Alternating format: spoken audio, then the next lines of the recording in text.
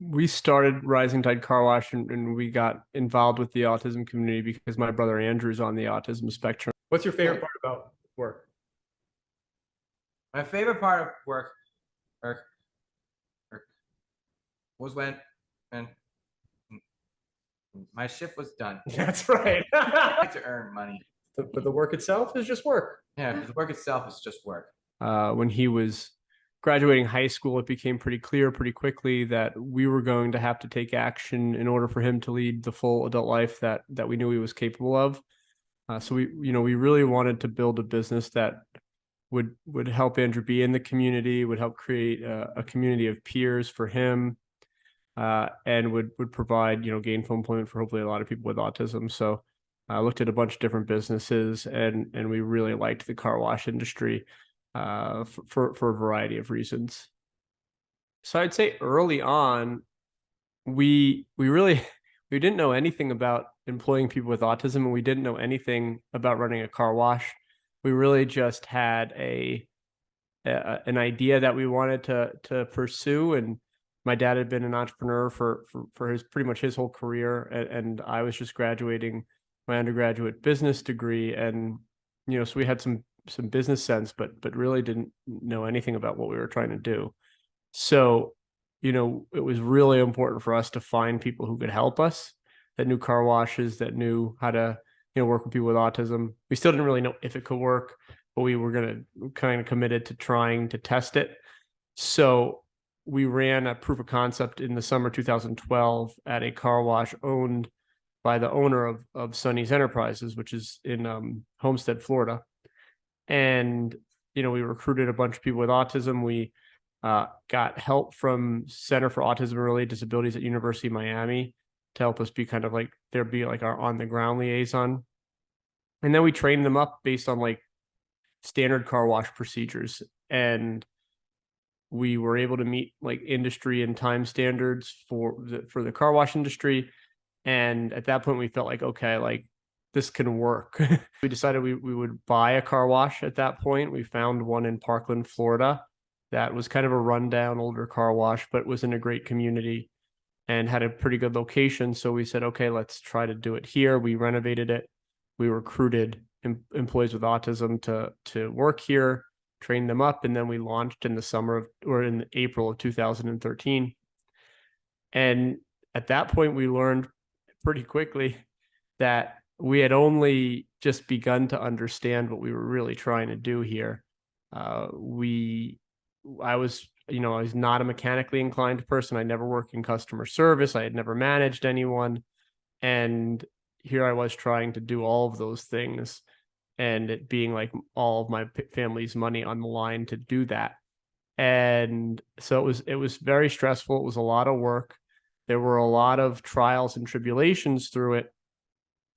But by kind of just persevering, because we had to, and really trying to work with our team members with autism to build stuff that worked for them, because that's the whole reason that we're doing this. And eventually we kind of came through the really challenging times at the beginning of learning the business and learning how to support our employees to something that was producing a really high quality service for our customers, and our customers started to really like and care about the mission and want to be part of the organization. After we were getting our second location operational, we learned that most of what we were learning didn't really have anything to do with something special we had to do to employ people with autism, but really what we were doing was learning how to solve really fundamental business problems through a different lens, through a lens that our employees with autism kind of showed us how to make things more clear, how to make them more consistent, how to make them less ambiguous. And by doing that, we felt like we were really just improving the organization, making it easier for us to acquire good talent, making it easier for us to have consistent operations, to be able to scale more effectively, to be able to build stronger culture. All of these things kind of cascaded from this fundamental idea of designing the operation around the needs and the strengths of our team, who happen to all, well, 80% of which have autism, most of which are neurodivergent in some way. And, that at that point, we're like, okay, like we feel like we really have something. We feel like we can continue to grow the car washes, but we also really want to tell other people, other organizations about what we're learning. The design function is the most important piece.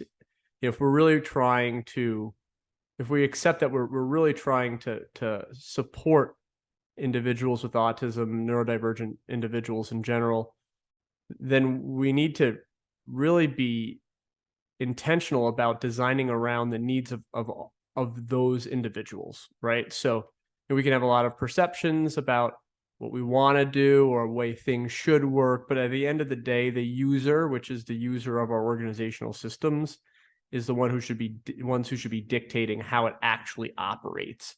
And then as a sibling, there's been many parents at this point that have started some sort of, whether it be a program or an employment initiative or a business, to try to support their loved ones with autism, but we're only starting to see siblings emerge too. There are a few. I think it's really important.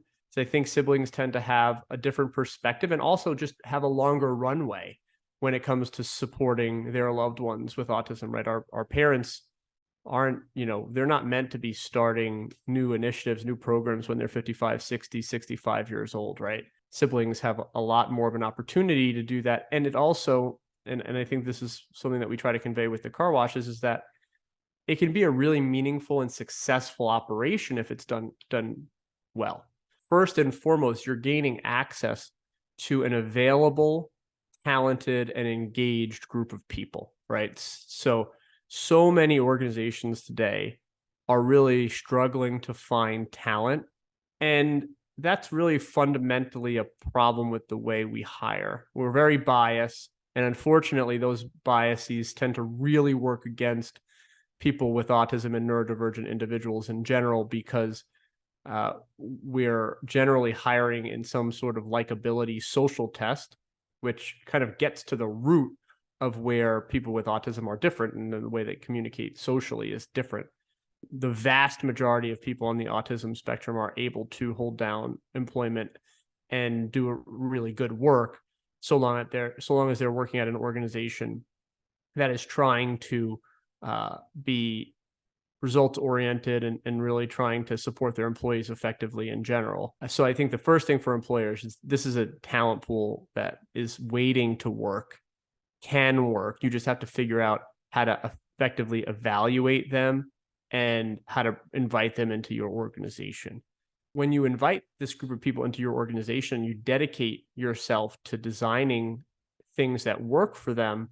You build a better business in every aspect of it, from the way that the operations are designed, to the way the hiring process is, to the way that you build culture within the organization, the way that you solve problems within the organization.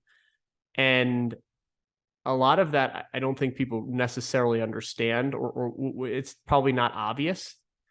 But when you think about it in terms of needing to support individuals with autism in a way where you have to go the extra mile to make things clear and unambiguous, because their perceptions of things may be different than the norm, that allows you to build systems that work much better for a larger group of people, even if it's not people with autism. Maybe it's an immigrant that has a totally different cultural experience than you, or someone who maybe they have a different barrier to employment.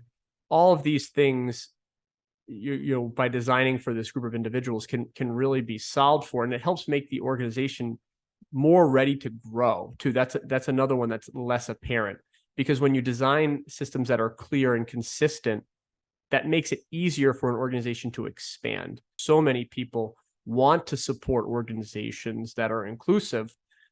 It's been hugely impactful for us and many other organizations, and that specifically small, medium-sized businesses that have the opportunity to benefit most drastically from these things start to really take hold.